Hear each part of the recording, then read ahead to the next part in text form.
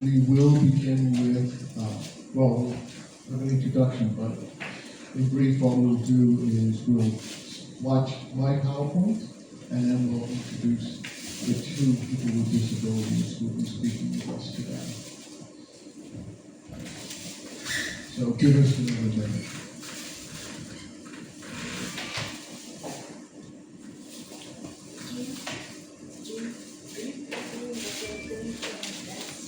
Yeah, the talk has to be in this seat because we have to talk to people, or they can't hear us. Well, see, I thought you could put the computers over there. So nobody can see. What's that? So whoever else is on the panel is gonna have to switch chairs with you when they speak. Yeah, I thought your computer was gonna be on that table.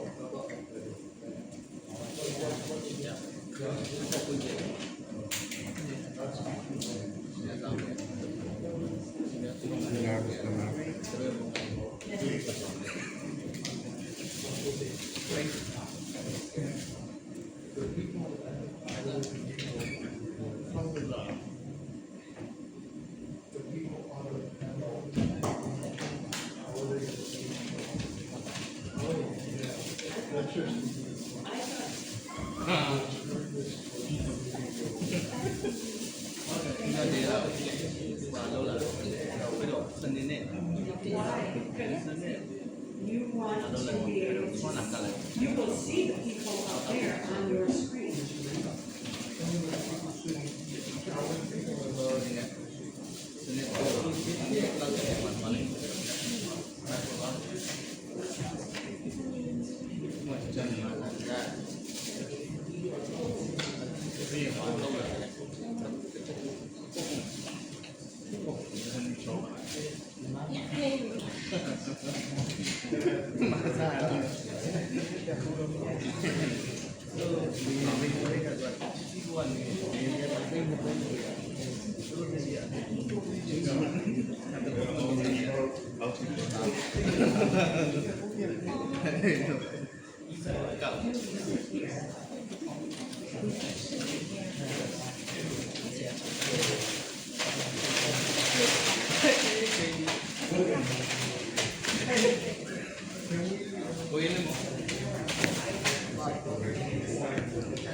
Thank you, sir.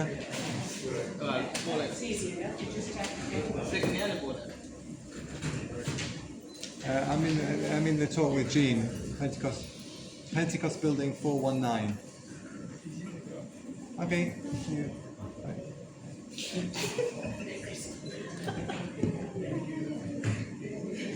Good, sir.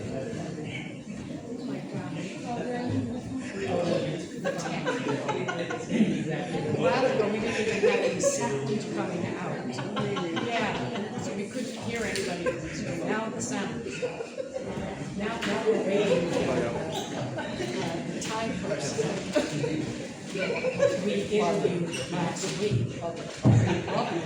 She hasn't shown up in the office, so she's just coming here. We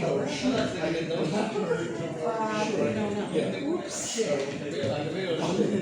Oh, saวัสดีค่ะมาแล้ว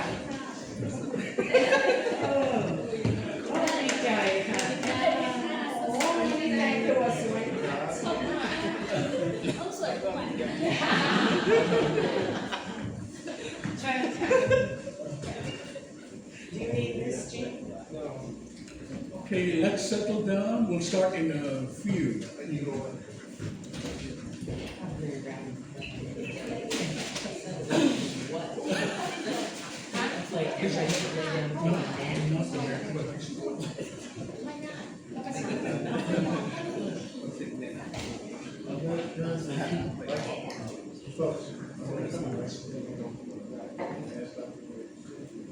Things are loaded.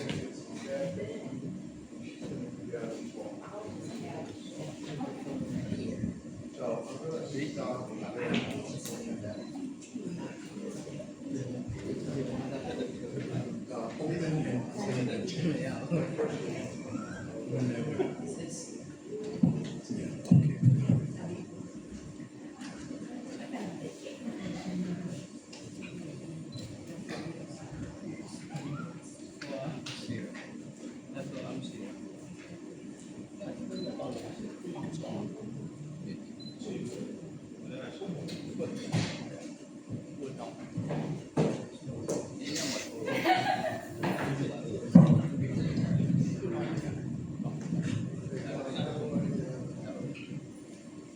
I want to get the people off the screen.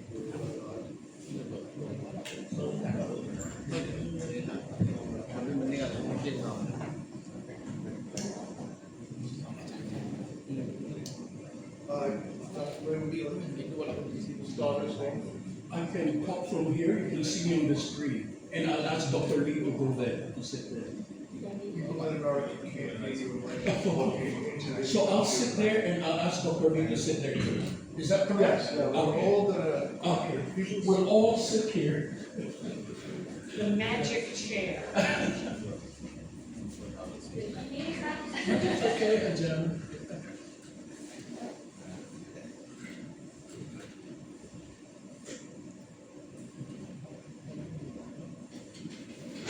Good morning, everyone. We are opening this Finn Church Aid project. It's third of a series. The first one we had is Women of Faith. We had 3 women who gave their stories, very diverse. The second one is LGBTQIA+ last week. This is the third one on people with disabilities. And we're very happy to open this session with our chair of the department, Dr. Lee.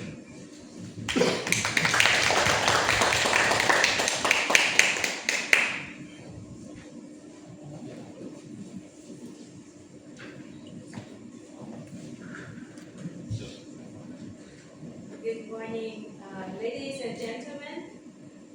Welcome to our third workshop on people with disabilities.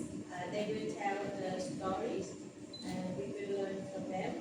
And so on behalf of the Department of Studies, I would like to welcome all of you to come to our workshop this morning.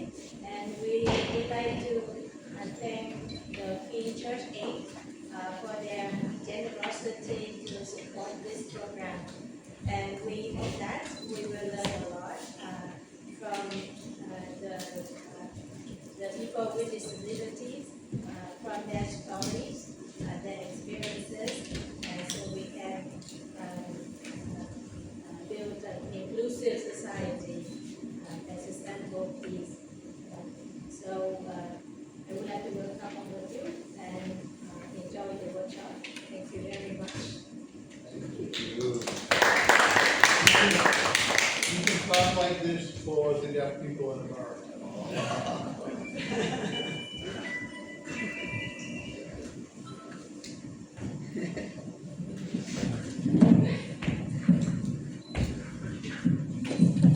Very graceful. Okay, good morning. I welcome you today. Is this, everybody hearing everything? Everybody's hearing everything in America? As you can see, we've got a technical situation here that's a little complex, so please bear with us.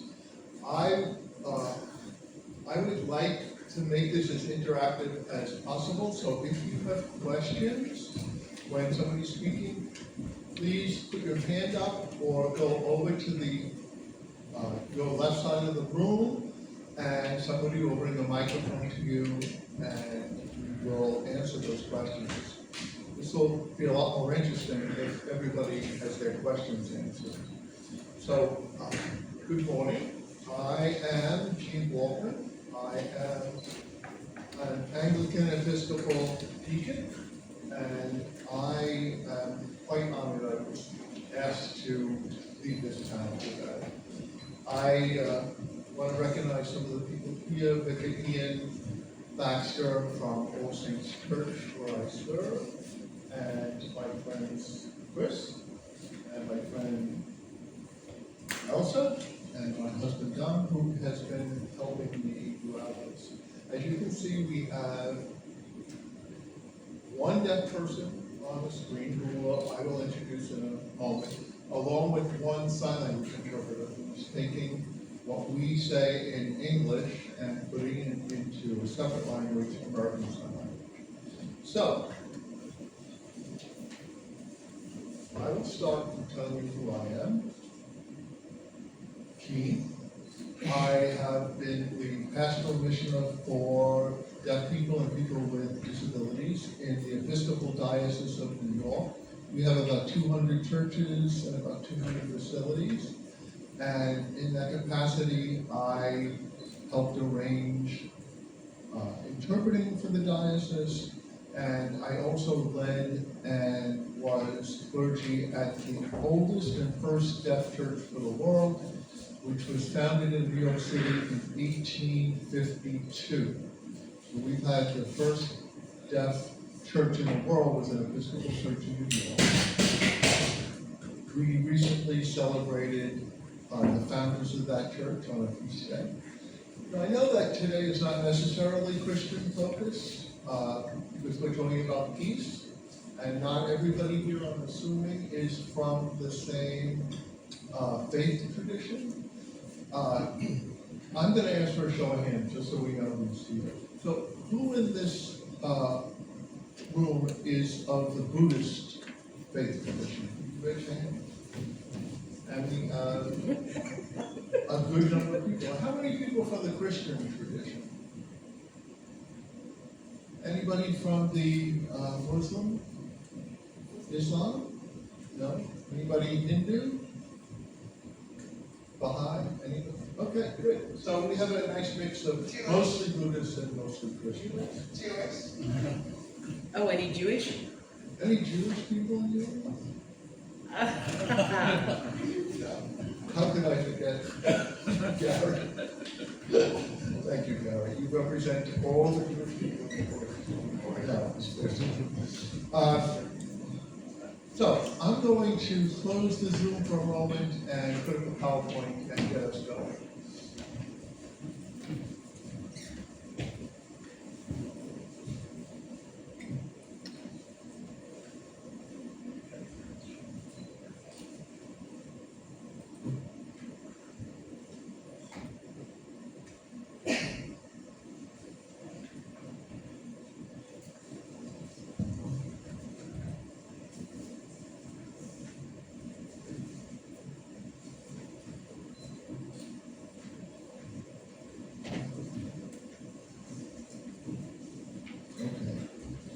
So,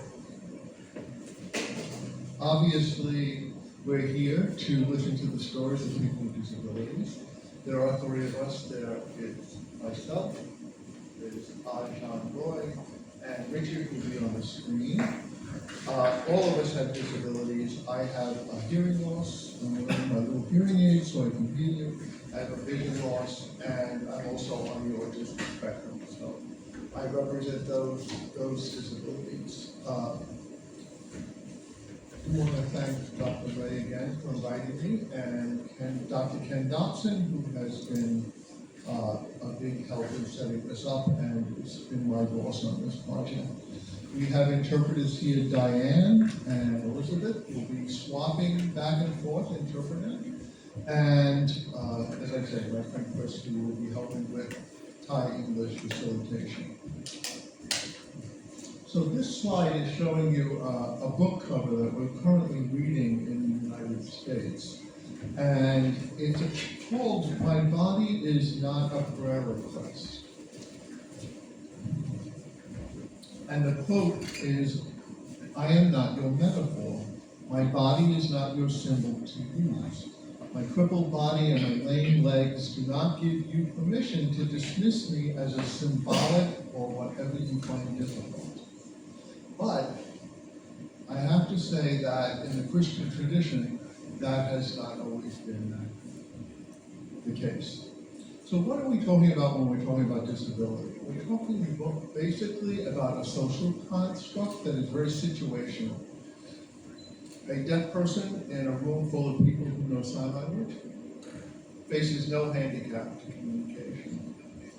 a person in a wheelchair or somebody who has a physical disability has a handicapping situation when they are in a place with steps that they cannot negotiate or there's no ramps.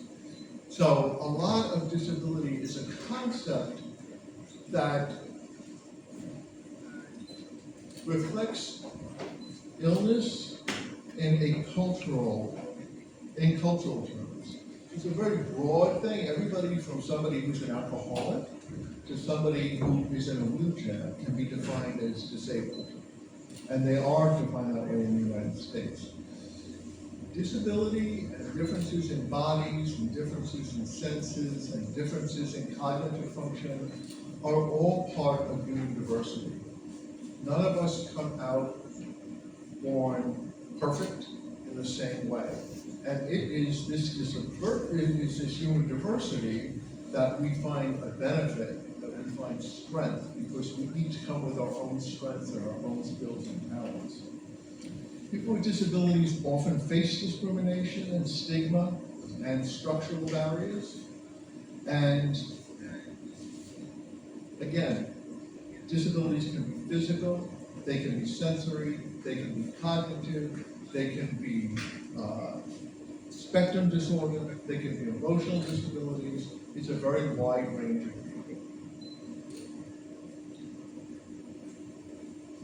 People in the disability community have defined an ism. You know, we have all sorts of isms: racism, sexism, thank you, Chris. Sexism. We have homophobia. We have lots of different kinds of isms. In this case, I'm stealing this quote from Amy Kenny, the author of book we're reading. It says, anytime we're placing value on people's bodies or minds that are based on productivity, independence, excellence, normalcy, or intelligence, we find oppressive systems like eugenics and colonialism and racism. Is everybody familiar with, I guess in your program you're familiar with eugenics, right? And what happened in Germany in the 1930s and You can give us a thumbnail. basically, eugenics is culling the gene pool, keeping people who thrive as physically perfect and eliminating people from the gene pool who have differences.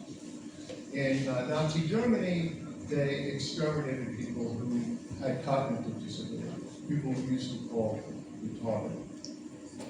And this can lead to all sorts of bad acts against people who are different. So that's a thumbnail of ableism. Ableism is the thought that people with disabilities are not valuable and have nothing to do with us. So, if you look across the faith traditions, including the faith traditions represented here, you will find that Christianity, which I'm representing, Christianity has a particular bent on people with disabilities. We're the only ones that have a savior, a God, who went around really curing people as he did his ministry. You don't really find that with the Buddha, you don't find that with the Prophet Muhammad. That they take different approaches. But in Christianity, we have a tradition that includes curing or healing people with disabilities. So I'm just going to end with a little story. Recently, I went to morning prayer in the United States, and the reading from the gospel that morning was from Mark 7. It's a very famous gospel passage where Jesus cures a man who's deaf and who has a speech impediment. So basically, the story is that they brought this deaf man to Jesus, and Jesus takes him aside respectfully, and Jesus puts his fingers in his ears and puts his finger in his mouth, and the man is healed. And then Jesus says, "Don't tell anybody." So I was at this service, and that was the gospel reading. And the preacher went on for a 20-minute sermon, and what was that sermon about? That sermon was about spiritual deafness. That is, the deaf person in that story, who's definitely a person, like Jesus takes him aside, treats him with respect, brings him back into community. Here's a deaf person who has a community. His friends, his neighbors have brought him to Jesus. He's part of a community, but he cannot speak clearly and he cannot hear them. So he has become excommunicated. But the sermon was not about what was in the gospel. The sermon was about that deaf person as simply as a symbol of spiritual deficit, spiritual lack. But that is not what the gospel story is about. There is no hint in the gospel story that that person had any spiritual deficit at all. And I have seen this in church again and again and again, where they will talk about spiritual blindness. Blindness representing the negative, representing the lack of spiritual deafness, indicating that that person is simply there as a symbol for something lacking, even when the gospel story doesn't say that. In this story, Jesus is restoring the deaf man into his community, back with his friends so he can communicate. It's a story of all of us joining in communion in what Christians would call the body of Christ. But that's not what the sermon says. We have turned that deaf person in the story into simply a symbol of something negative. And this is a systemic bias in how we look at people with disabilities. And that is my introduction. And I'd like you to think about that when we have our speakers. So now I'm going to ask our speakers to introduce themselves. If I can get back into the Zoom.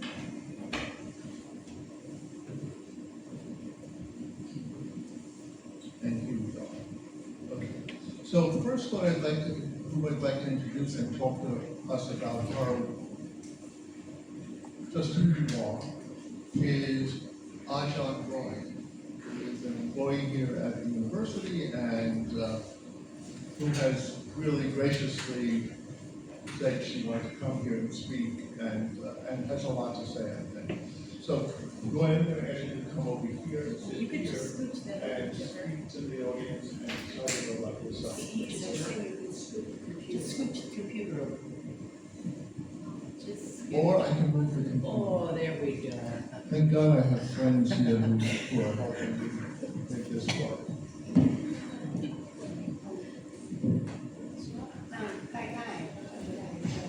Yeah, the computer needs to hear you as well.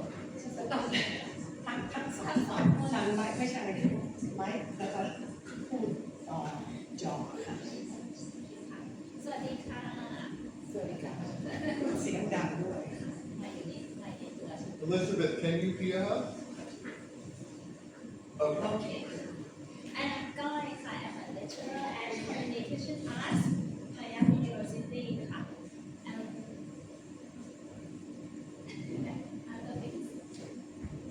Why don't you tell us about your disability? The mic is not working. The mic. Can't hear. Both. Go ahead. There we go.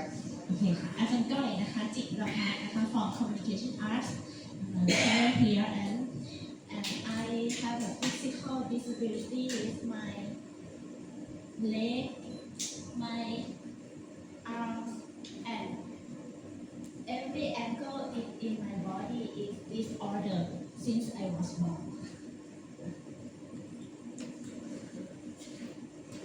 And what do you do here?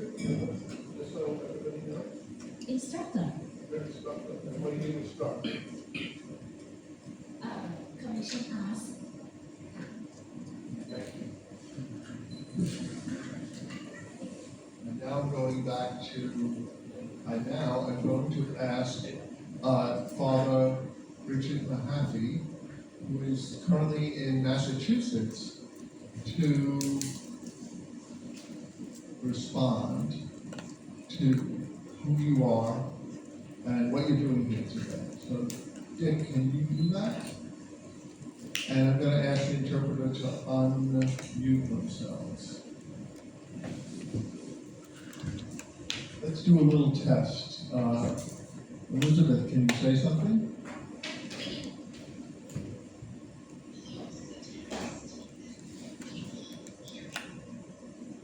I don't hear you. It's coming through, it's just not clear.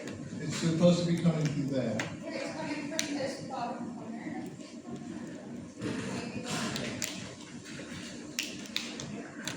We had tested this all out.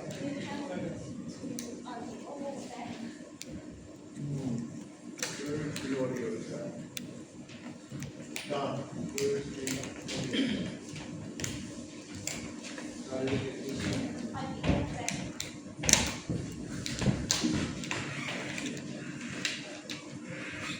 It was here a minute ago. Check it out.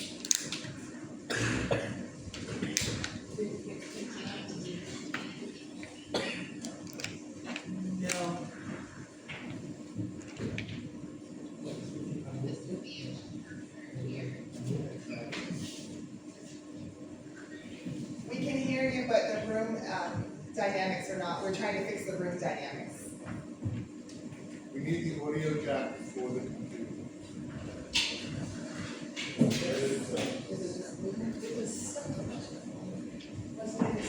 No, it's got a little gold edge to it and it plugs into the audio jack.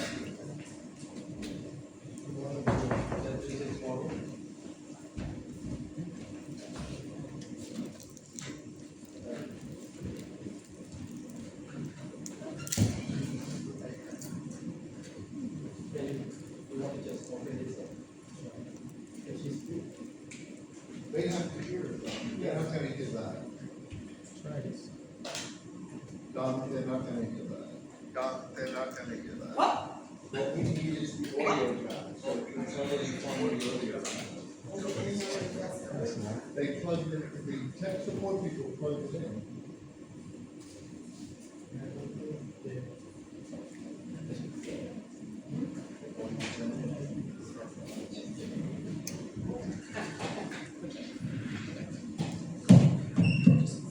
Okay, we'll do this another way.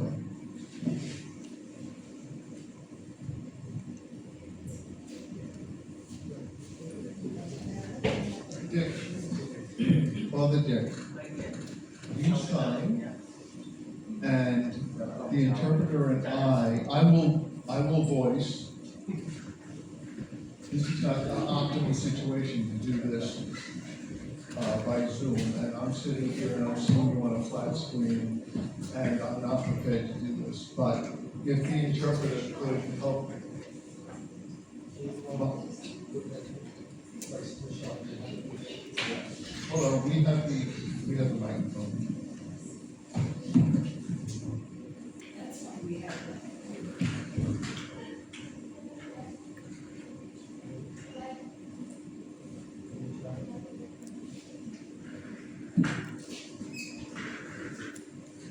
Liz, can you? Testing. Oh, now we can hear. Oh. Testing. Can everyone hear me? Yes. We need to turn the sound down.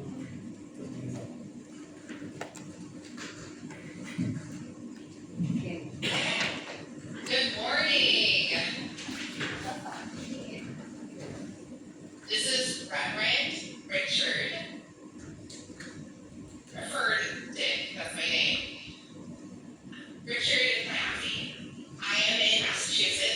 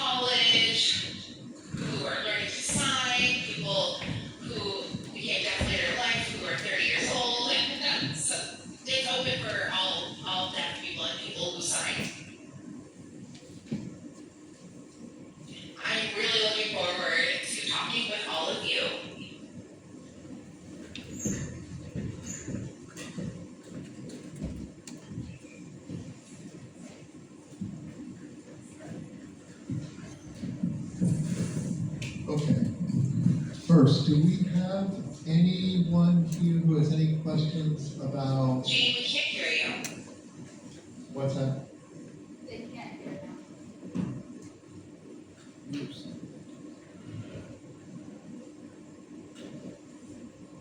Can you hear me? You are mute. That's because I'm muted. Yeah.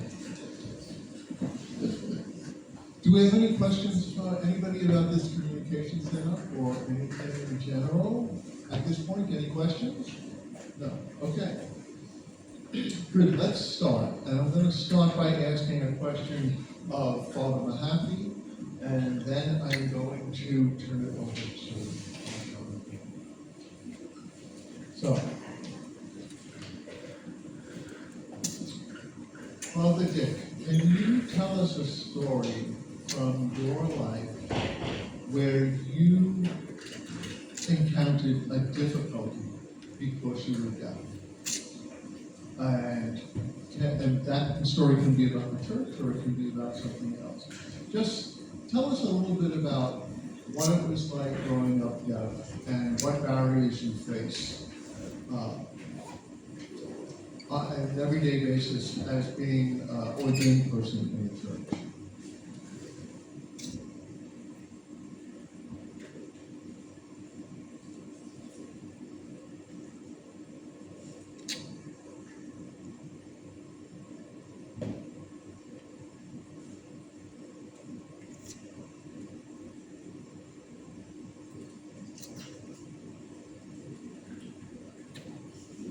Okay.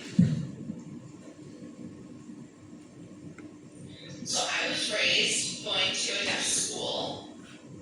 So upon graduation, I attended college and I was the only deaf person. There was no interpreters. Everyone was hearing. I had to sit in a classroom. And it was really challenging. It was really hard to follow the teacher and at the same time, my note taker. At that time, they didn't see the whole person. And so I didn't feel I could rely on communication, on the note takers. I wasn't really sure what I missed.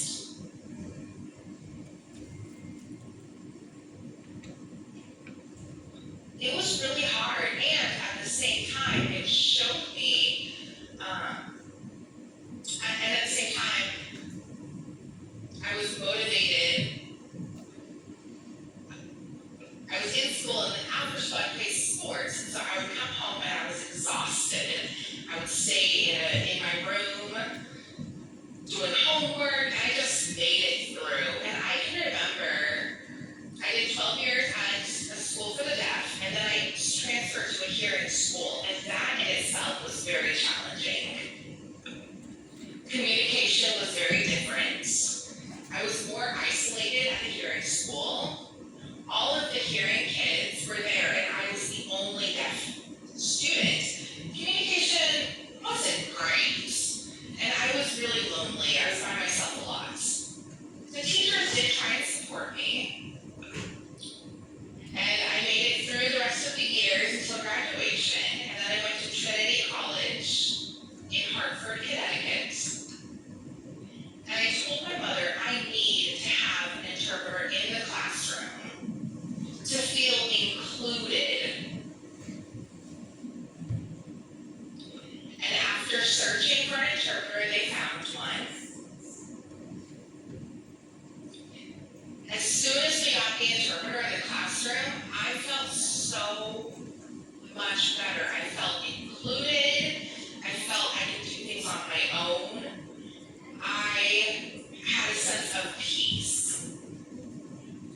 A sense of peace without the constant fighting for access or continually explaining my needs. For me, as a deaf person, I feel that peace is achieved when you have communication access. release of an interpreter provided. That's peace to me. Thank you, Richard. Thank you.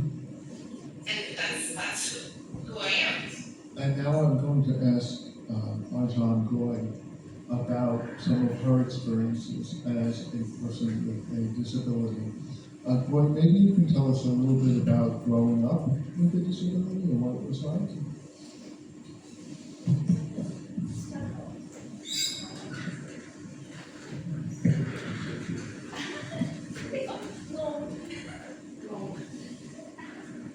It's like musical chairs over here.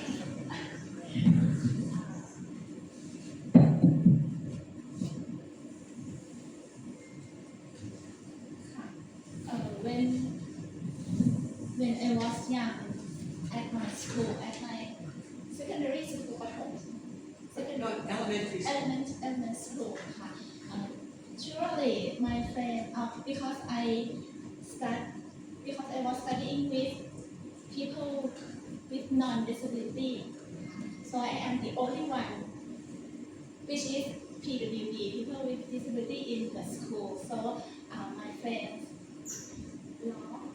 Teased you. tease me. Okay, yes, surely my friend teased me, but I'm not a person that cry, no. I fight and just a little bit aggressive and did violence to them. And do you believe me that when I was in P.1, Second grade. second grade, I don't know that I am disability because at my home there's no big mirror. I haven't seen my walking before, so I don't know what. So I don't know what disorder, what is abnormal with me, with my hand leg, and I didn't wear special shoe. When I see my body at the school in the big classroom which have the big mirror, so I saw that, oh, this is my body, so my gait is so bad and it's ugly.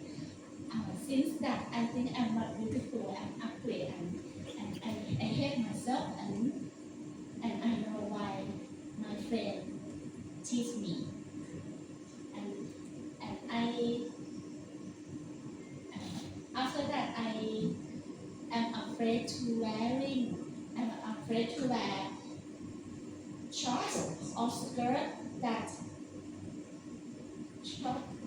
longer than my knee, because I don't want anyone to see my leg, my knee, my ankle.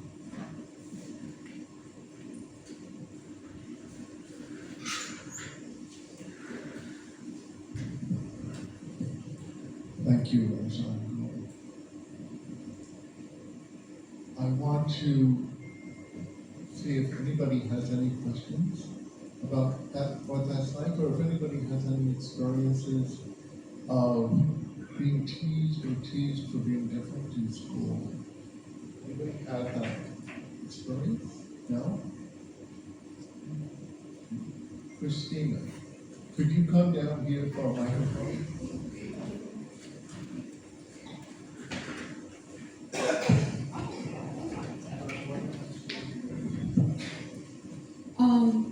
Am I good to speak?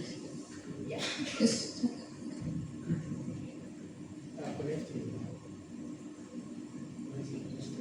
Hang on 1 second.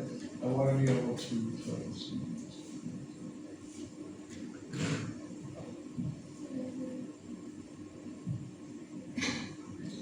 Okay. okay, I'm very bad at it, but it's hi. Okay, my name is Christina. It's a pleasure. Thank you all for coming out today. I guess one thing you brought up was how your peers treated you, and I feel like that can hit very deep, but I was wondering how the adults either taught that behavior or tried to stop that behavior, but it was something in private. kind of, yeah, how the different generations, because I think for me, I had a speech impediment growing up, and my peers would be fine making fun, but it was pretty innocent, like it was something novel, maybe like tease, but not great. But the adults were like, oh, this is very wrong, we need to fix it, you need to speak a certain way. And then I felt that gave me a lot of shame around the issue. So if you guys could share like the different way age impacted your interaction. Very good. I'm going to ask Ajahn Goy to respond to that because I think, Ajahn Goy, you had a different experience as a young person and as a teenager and then as an adult. How did that go?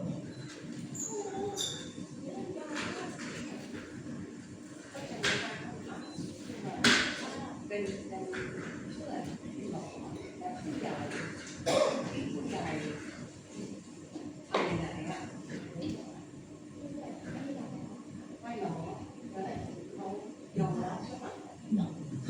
So I hate my friends and my friends hate me until we graduated from that school. So everything is better when I change the school. It at my high school. So ยังอยู่ในโรงเรียนแล้วคุณครูก็จะคุณครูก็พูดอะไรหรือว่าช่วย คุณครู teacher at the elementary school. They try to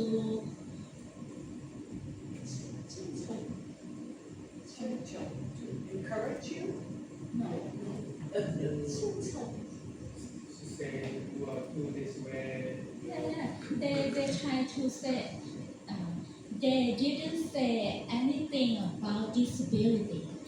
They didn't try to make the understanding, but they try to be they try to tell me that you are good at your studying, you got the high GPA, it's good, but they didn't make the understanding about the disability.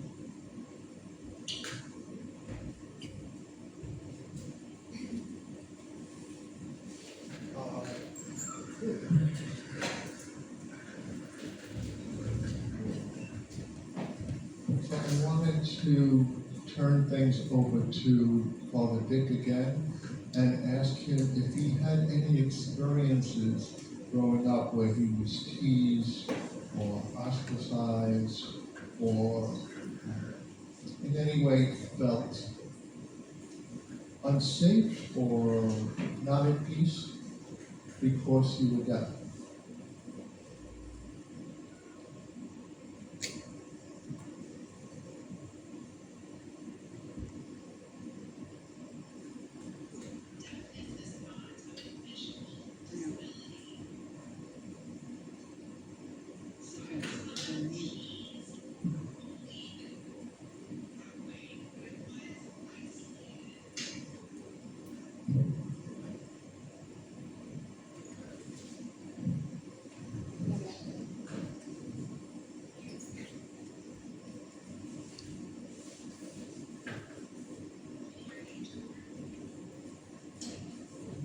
Go.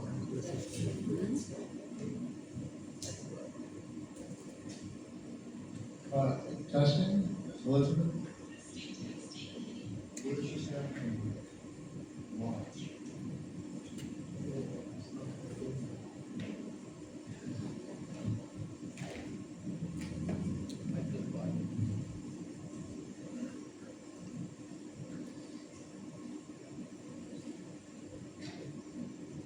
Try again.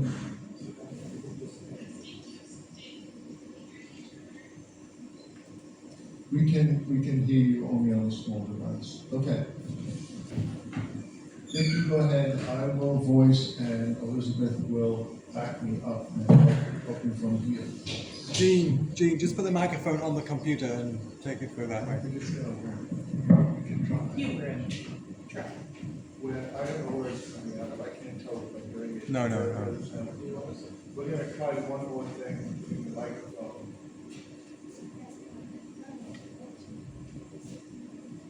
I'll ask you. Testing. Is that working? Better. I don't know. Okay, Christina, can you hear any of that? Testing. Can you hear me, Jennifer?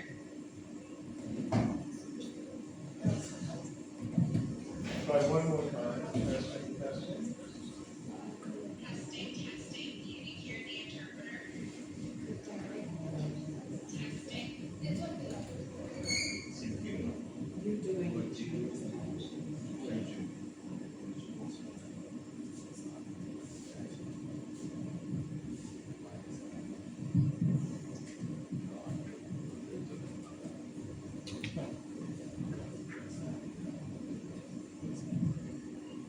Liz, can we try one more time?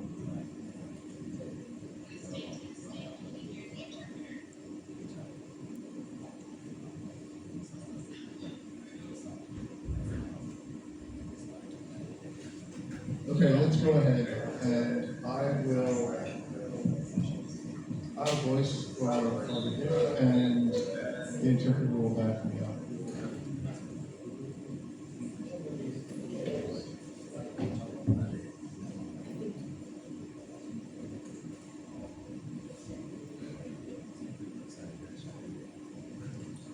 When I was growing up, I had this feeling of isolation.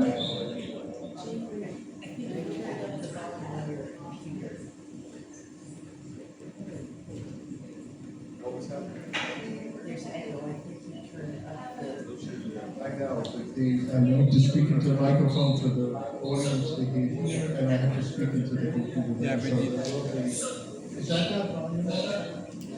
Stop it.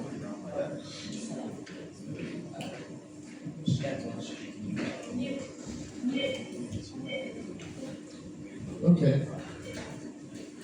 Let's go ahead for a moment. Is anybody hearing an echo now? Okay, You now. okay? We're okay. I think it was the iPad device. So, go ahead. So, as I was growing up, I had this feeling of isolation and being an outsider.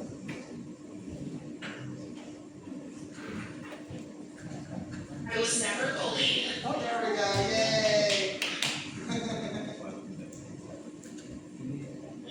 So I was never bullied in that way, but I was nervous and uncomfortable. I felt hurried and I was concerned when someone was behind me because I couldn't hear their footsteps. I was ignored. Other people did ignore me. I felt worthless, like I was not important. I was very isolated within the hearing environment. I wish I had gone back to my deaf school where I felt safe and accepted. The hearing environment, I did not feel safe there at the hearing school. It was very frustrating.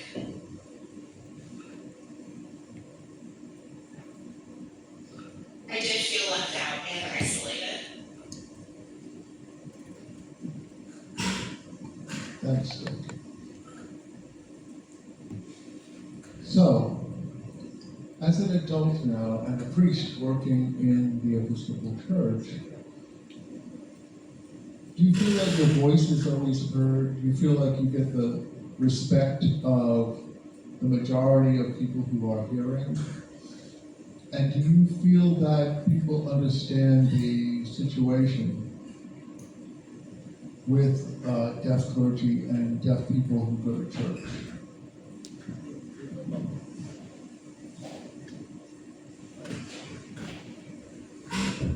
Yes.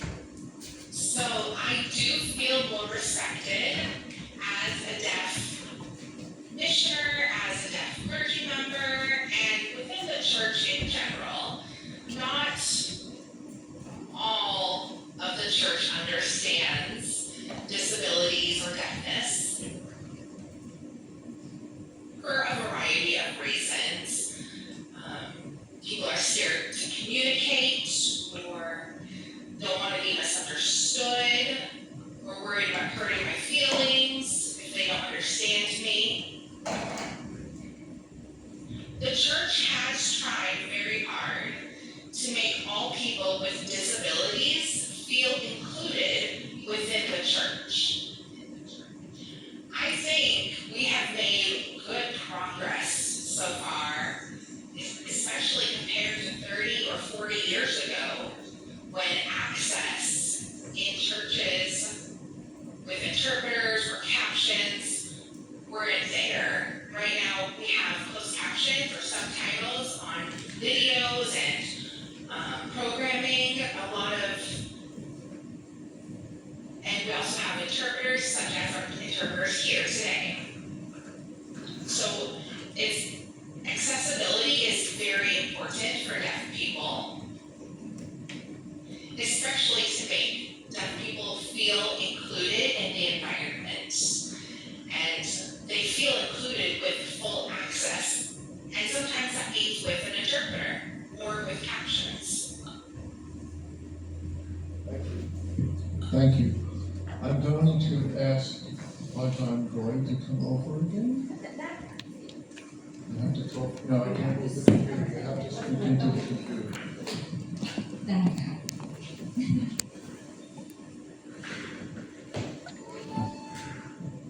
Thank you. So, we're here thinking about peace, and we're thinking about personal peace. What do you do to, well, first of all, how do you feel in your work environment? Father Dick talked about the importance of accessibility, how sometimes if he doesn't have accessibility, if he doesn't have communication, he feels very isolated. What about your work situation as an instructor, as a professor here at the college? Do you feel any of that frustration or any isolation or what does it feel like to be here as a person with a disability? Maybe it feels like nothing, it feels completely normal, perfectly. But I'm wondering what your thoughts are. Here? Yeah.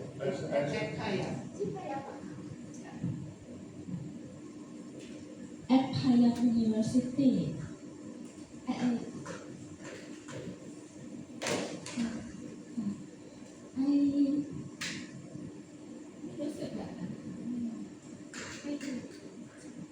She doesn't have, you don't have a problem. I don't have any problems about my working circumstance. It's very good.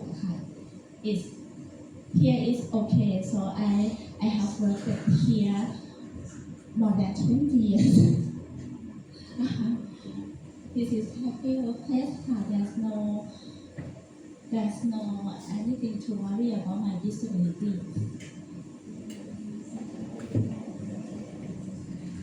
It's interesting that we have those two different experiences. One person with one sort of disability who may face some communication challenges, and that can happen every day. And then another person who's in their work environment with a disability who doesn't seem to face many challenges at all. And I think this represents the spectrum of people that we find in the broad community. I'm wondering though, when you have had a challenge, what do you do to find your personal peace? Like, what makes you feel okay? What makes you feel that you're safe and a good person and comfortable in life?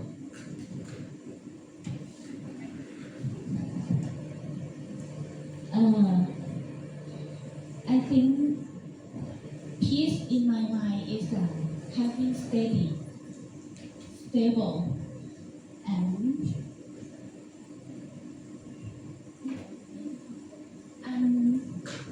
fearless mind and fearless mind.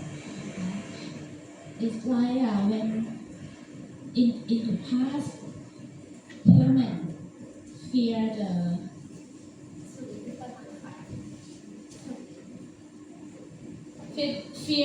the eclipse.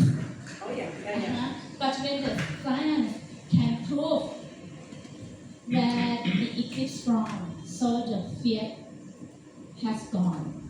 It's like this. When I accept my disability, I know that I can change my body.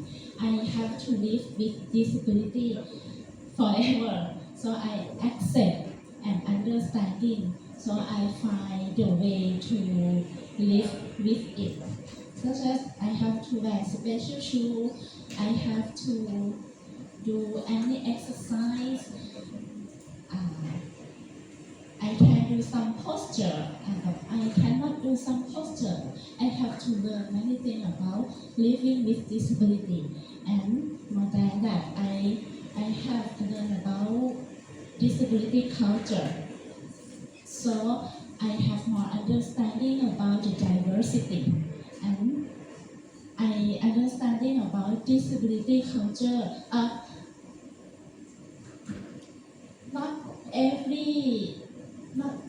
Not everyone, not PWD, not every PWD will understand disability culture instantly. It's not instantly.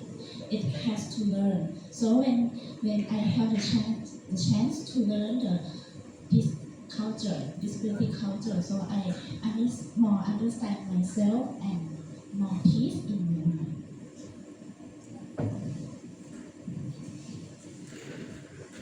Thank you. So for the day, do you have those times when communication is frustrating and when maybe you feel like you're not fully respected in a situation? What do you do to find your personal peace?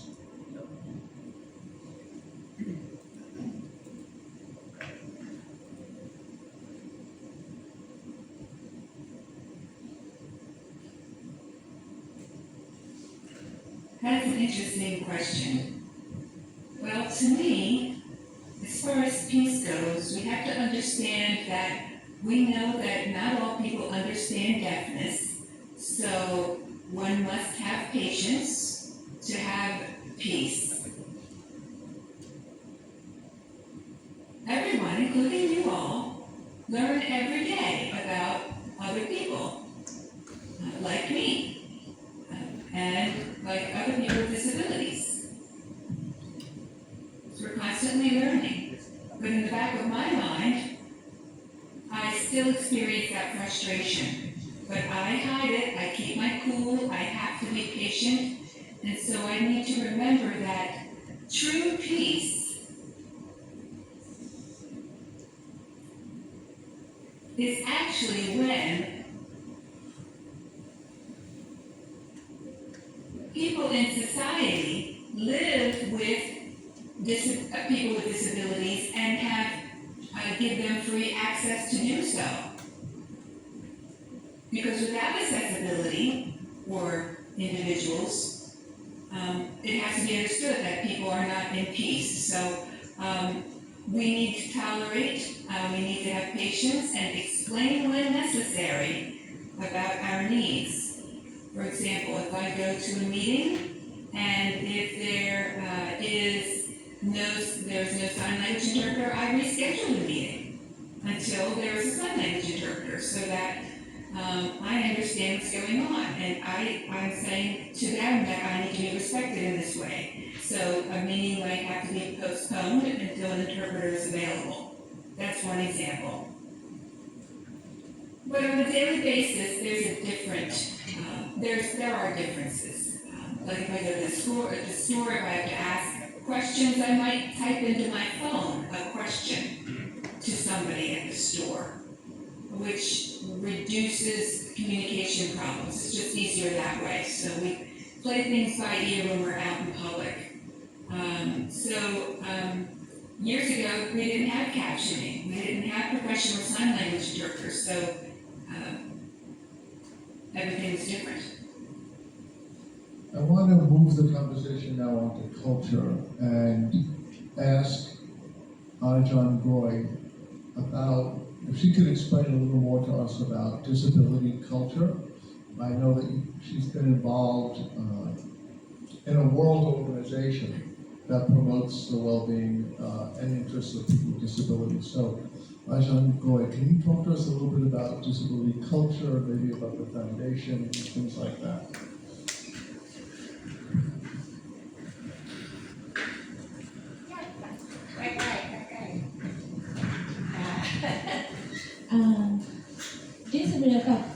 Disability culture, the culture is everything from human. The culture is everything of human. So disability culture is everything about disability. Everything about the disability. The disability is not mean people with disability. So such as the paradigm, the paradigm or the mindset, the point of view to the disability. We have many points of view, many paradigms to interactive with this PWD, such as the first paradigm is a medical paradigm. Medical paradigm always look PWD and treat us like patients. So if PWD is a patient, they are ill and they must not go out to the social until they already recover. So they have to live in the patient room. Maybe they just have to live. have no chance to go out to Right. live with other They have to be people. isolated. It's medical paradigm. And the next one is the faith of religious paradigm. Religious paradigm have empathy, more empathy to people with disability or other diversity. And too much. So this paradigm will make the people ห่วงใยมากๆดูแลมาก take care มาก Oh, they just always taking care of you. ๆtaking care มากๆจนไม่ได้ทำอะไรเลยค่ะ Too much. too much so คนไทยเรียกว่า in Thai ไข่ในหินนะคะประคบประหงม so don't do that I will do it instead don't do I will do that instead เนี่ยค่ะก็คือ They will do it for you. Yes, Maybe yes, you yes. can't do They anything. are so After this. kind but too much so there's lack of chance to have the independent living นะคะค่ะ The third paradigm is the social paradigm that believes that the disability is the problem of social construct. It's not the problem of physical body. So this paradigm will support and engage to living together, to be living together. One PWD and PWD can live together is like the others diversity in the social.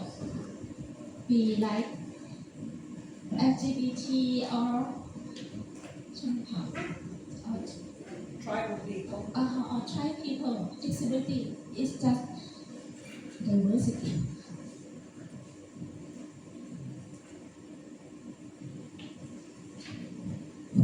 อันนี้แค่อย่างเดียวของ this is the one topic of disability culture. It has many topics about disability culture. Thank you. Does everybody understand PWD? Yeah, okay. Yeah, one of the things you were talking about was people helping too much, and that's based on assumptions that are not necessarily true. I was, here in Chiang Mai, we're fortunate we have a school for the deaf and we have a school for the blind. So we have a good number of deaf people around and a good number of blind people around. The blind school used to have a coffee shop. I think it was called Blind Coffee. Anybody know it? Over there by the moat?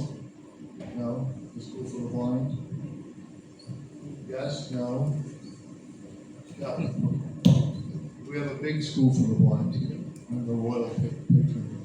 In any case, I was talking to a friend and I mentioned to him that the students who were blind worked in the coffee shop. And he looked at me and he said, "Oh, that's not a good idea. Blind people and coffee, hot coffee." And I looked at him and I said, "Don't you think blind people can make coffee?" He had made this assumption that these children at the school couldn't make coffee. They couldn't serve coffee in a coffee shop. And what often happens to me with my deaf or my blind friends is that I will go into a situation and people will talk to me instead of the blind person who they should be talking to, who's standing right next to me. This happens all the time. And it's really disrespectful. I would go into a bank with a friend and I would just guide her up to the teller window and she'd be in front of the bank window and I would be standing off to the side because I'm not doing the banking, the blind person is. And what inevitably happens is the teller, the bank employee, she sort of like stands to the side of the window and looks around at me and says, "What does she want?" Like, I don't know what she wants. She's banking here. She's your customer. So people make these assumptions every day. It could be very frustrating to have this happen as a person with a disability when you're right there, but people speak to the able-bodied person or the person they perceive as able-bodied instead of addressing the person with a disability directly. And this is one of the lessons you can learn or avoid doing that with people with disabilities. If you're communicating with a person with a disability, you communicate with them directly. So we're on the topic of culture, and we talked about disability culture. I'm wondering if Father Dick can tell us a little bit more about deaf culture and what the deaf community is about.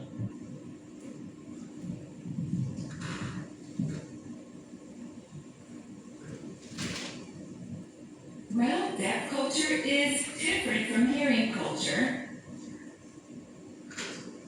Eye contact is very important in the deaf culture.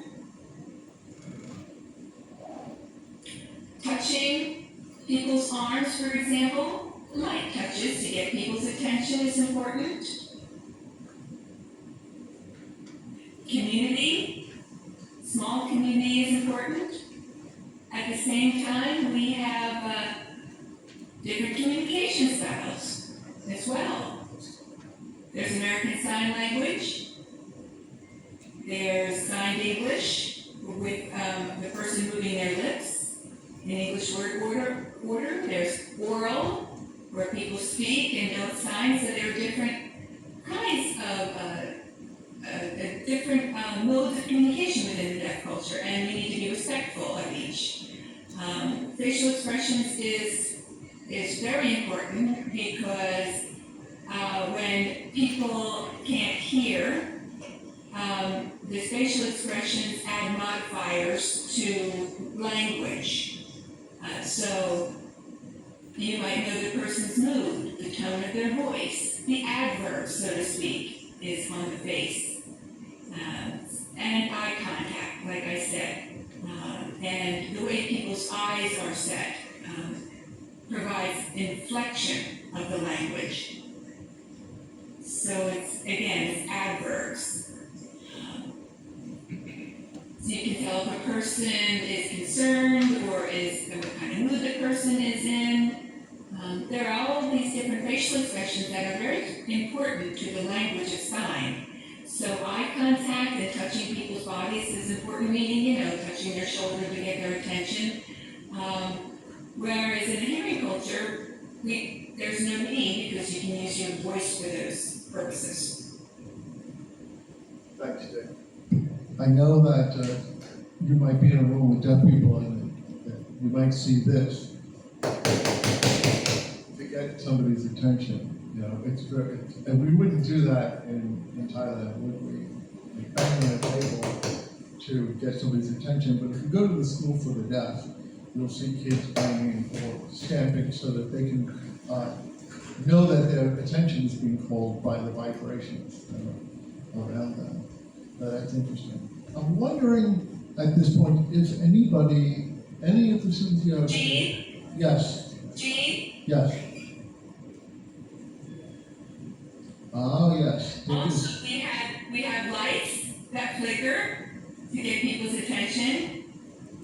Often, my husband will turn off the light in a room, flash the light in the room, the lamp, to get my attention. So that's another deaf culture. That's a good point. I know in the Episcopal Church, when we want to get a room full of people's attentions, we say, "The Lord be with you," and everybody just turns around and says, "And also with you." And deaf people will flip the lights off and on in the classroom. Often at the beginning of a class, the lights in the class will be flashed off and on, and everybody's attention goes to the front of the room. So there's definitely things that will be different when you're in a deaf environment. I'm wondering, anybody in the students here had any interaction with deaf people that they might want to share? No. Yeah, I don't believe there's any deaf students or blind students at PIAP. Is that true? Maybe currently, but there have been in the past. What was that? I don't know about currently, but in the past, we have definitely had blind people and then assuming deaf people. Krista was saying in the past that they definitely had a blind student and that you think that there were deaf students? I'm not sure, but. Yeah, okay.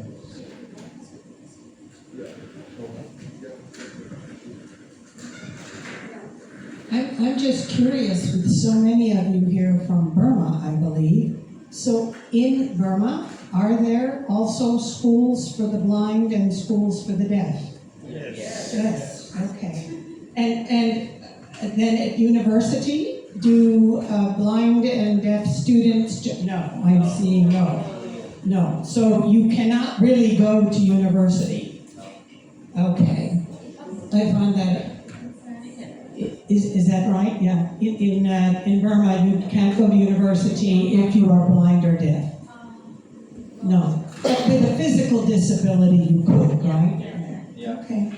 Interesting. I'm just curious. But even the universities are not modified for the physical disability.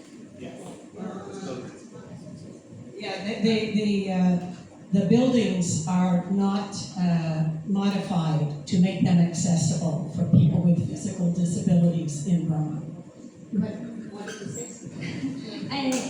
I would like to share my friend's experience about blind and deaf. My friend,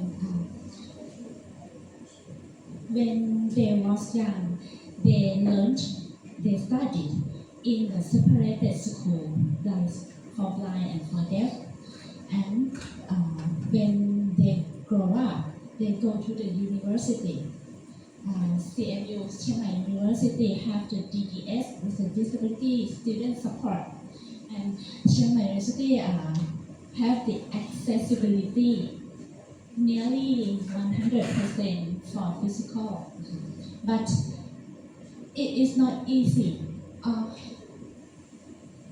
The university verify them, accept them, and they can study. But their friend don't how to Interact. how to interact with them, how to talk with them, how to teach them the homework, how to ทำงานกลุ่ม Work in a group. How to working in a group. So many work group in the university, right? So and moreover, the disability. They don't know how to go to shopping. They don't know about financial management. They got the money per week. They cannot manage the money in 7 days แบบหมดก่อนไงค่ะ because the separate school have the separate school Didn't teach them. didn't teach but separate and make the school is a safe zone. They didn't have to go to shopping. They didn't need to go to buy a soap, a shampoo. So when they go to the supermarket, it's hard to choose. There are many shampoos, there are many brands, many types, and it's a problem at Chennai University. But so we think that the separate school may be a problem, right? Yeah, I'm going to reflect on that. My experience here at the School for the Blind has been that it seems to be a different cultural thing. In the U.S. or in the West, for example, we pretty much think that students with disabilities are being prepared for the marketplace, for capitalism. So we expect people to be the biggest goal is vocational, for somebody to eventually get a job, and for people with disabilities to live independently. And that sounds pretty good, right? But the attitude here seems to be that we will take care of people, and that the students at the School for the Blind are going back to their village and back to their parents, where they will be loved and cared for by the community. And the emphasis on independence is far less. I know the students at the School for the Blind are not encouraged to learn cane skills so they can independently travel. So I spoke to the teachers when I was working there, and I said, these kids are going to go back home, they need to be able to travel. And what the teachers would tell me is that the children don't like the cane. So my question to the teachers was, do they like math?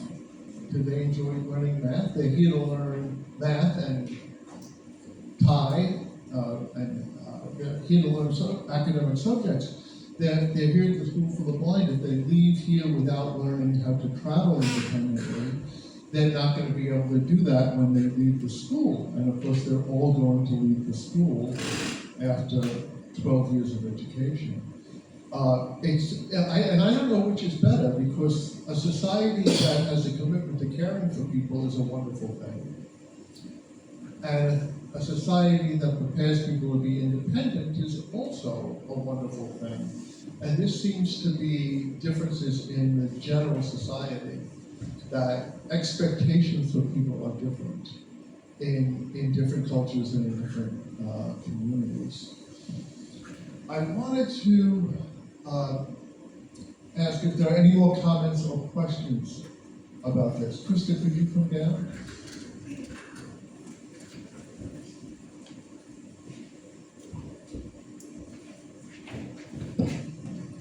And if you could give us a moment to bring the camera over there.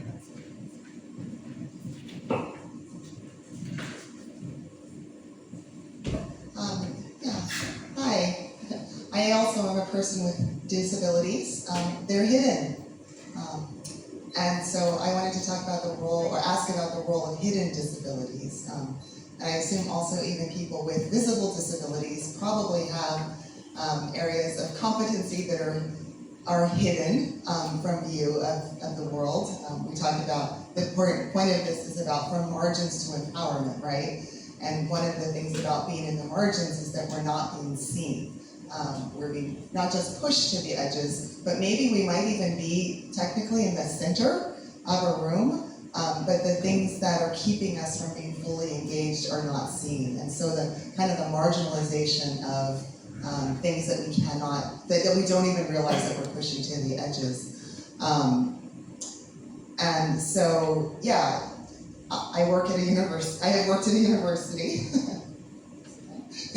and I have seen ways in which even in our attempts at inclusion and empowerment, we've missed the mark. And so before there was a lift here, I had a temporary disability when I had dengue fever.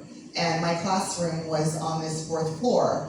And it was one of those things with dengue, you have no energy. So it was like, I have energy to drive there, I have energy to teach, but I can't get to the classroom, right? And I wasn't the only person who had dengue fever or COVID or other things that are not permanent disabilities, but they absolutely interfered with my ability to get to my job or get to the classroom if they were a student. Another instance, and I guess I didn't mention the word dignity as well. I think one of the things that you mentioned is that, people treating you like an infant and things like that. And so I think that's hiding our dignity, right? Our dignity has been hidden. And then also for me, because of my hidden disabilities, I often will blame myself. Well, I'm a loser because I can't pay attention, and it's not because, oh, the lights are awful, and the sound from the air conditioning is loud, and the floors are creaking every time. And I taught in this room for many years, and it's only now that I'm recognizing my own hidden disabilities that I'm like, I have no idea how I taught a class with all of these things. And so, I guess my question is, how can we, not just as institutions in charge of building things, but also us as just peers of people that we may or may not know the disabilities that people are facing. And perhaps even if somebody has a physical or physically obvious disability, we might not realize that we're missing the ones that we can't see. And how do we maintain? I think that part of peace is recognizing the dignity in another person, and so it's not just a convenience, but really it's at the core and the essence of what it means to be connected to one another, to see one another more fully. And then also on the hidden disabilities as far as I know, I don't think that there are disability accommodations or time for completing a test or providing alternative ways if people have dyslexia or things like that. And so again, it's easy with the built community, with the built atmosphere, like let's build a ramp or whatever, but we actually did have the lift and a student was able to get up in the lift, but for some reason, if you've noticed when you walk in these rooms, there's a step. And so he was quadriplegic and in a wheelchair, so he could get up to the floor, but then he couldn't physically get in the classroom. So and that was a loss to his dignity because he was the only one who couldn't get in the room. So anyway, those are some of the thoughts that are coming in my mind. Thank you, Krista.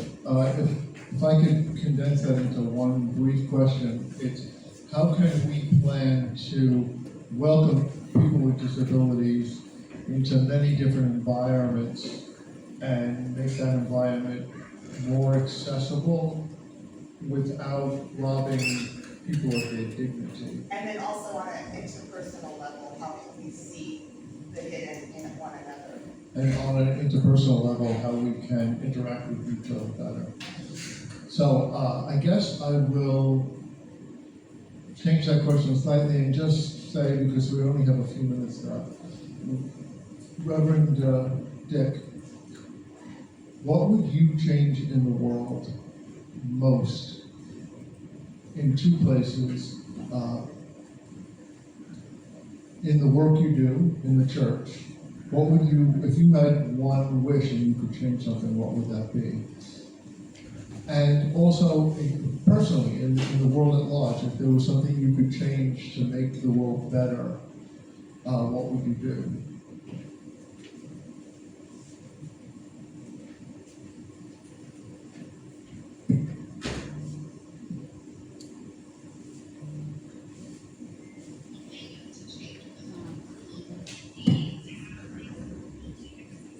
God, what's that happening? What's happening? Without hearing you.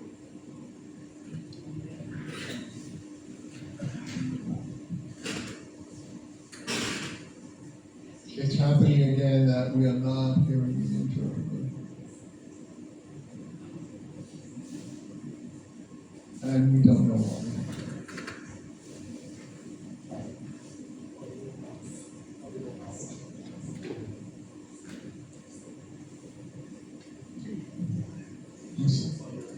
We sort of knew that language becoming new.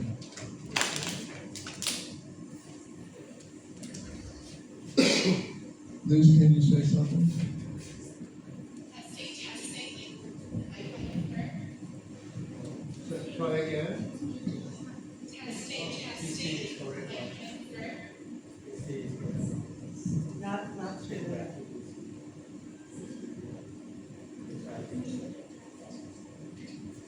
Testing. Am I coming through? Yes. Yay! Yay. We knew this is going to be a technical nightmare. Okay, I'm sorry for interrupting you, Jeff. Go ahead. Something within the world I would change would be to make accessibility better for communication. Interpreters at all events, at all appointments, within all programs. People who are readers. I would like more language within communities and a clear communication of access to increase your self-worth and your independence. And I think that would make a more equal life all over the world, especially with accessibility and communication. I don't always have complete accessibility and communication, even today. For example, if there's a public meeting, I have to request an interpreter well in advance. And sometimes I get an interpreter, but I'd say it's pretty good on the accessibility factor. It is not 100%, but it's pretty good. And Ajahn Joy, if you were going to change something, one thing about the world and about PIAP, what would you like to change? The first thing, and I think it is the most urgent, that make understanding about the disability culture. Make understanding about disability culture. So non-PWD will know how to interact with us. Don't fear to talk with us. We have just the problem with our physical, but we can talk. We can talk. We can make a conversation, and I don't know in other countries, but in Thai, when we have to talk about sex, it's prohibited. It's like the disability. It's not the prohibit issue. When my son is about 5 years, their friend will ask me about my special shoes. Their parents don't ask. เสียมารยาท It's not good manner. It's bad. Don't ask her. So it's pity I have no chance to describe, to make the understanding. I think it's not the prohibit issue. We have to talk for more understanding, and we can live together. Okay, we are out of time. I'm going to ask Dr. Ray to come down here and close us out. In the meantime, while Dr. Ray is coming down here, I'd like to thank Arthur Dick for coming to the session today. It's after midnight in America, so he needs to say Don, can you please point us to? And we want to thank the interpreters, Elizabeth Holland and Diane Lynch. Thank you so much. It's not often they're working after midnight. I think I'll just turn it on. Yes. Who?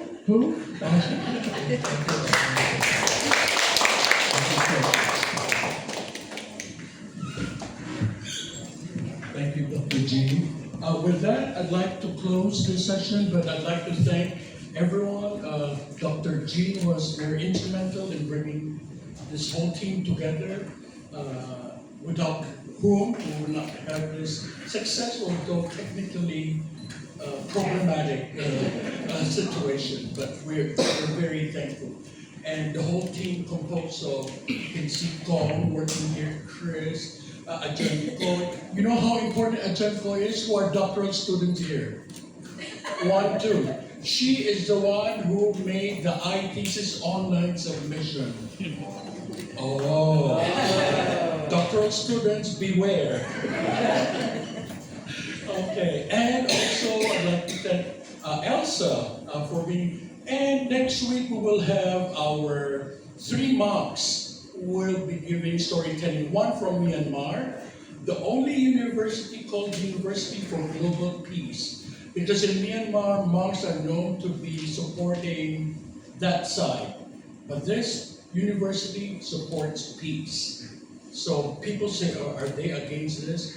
And week after that, we're having a walking pilgrimage. Father Ian is here. We're visiting his church, All Saints, and he told us there's a surprise, and I was pleasantly surprised. Program which is being planned. So thank you, everyone. Father Dick, all of the interpreters. I just want to know Father Dick's interpreter in classroom. Did he or she also get a degree along with you?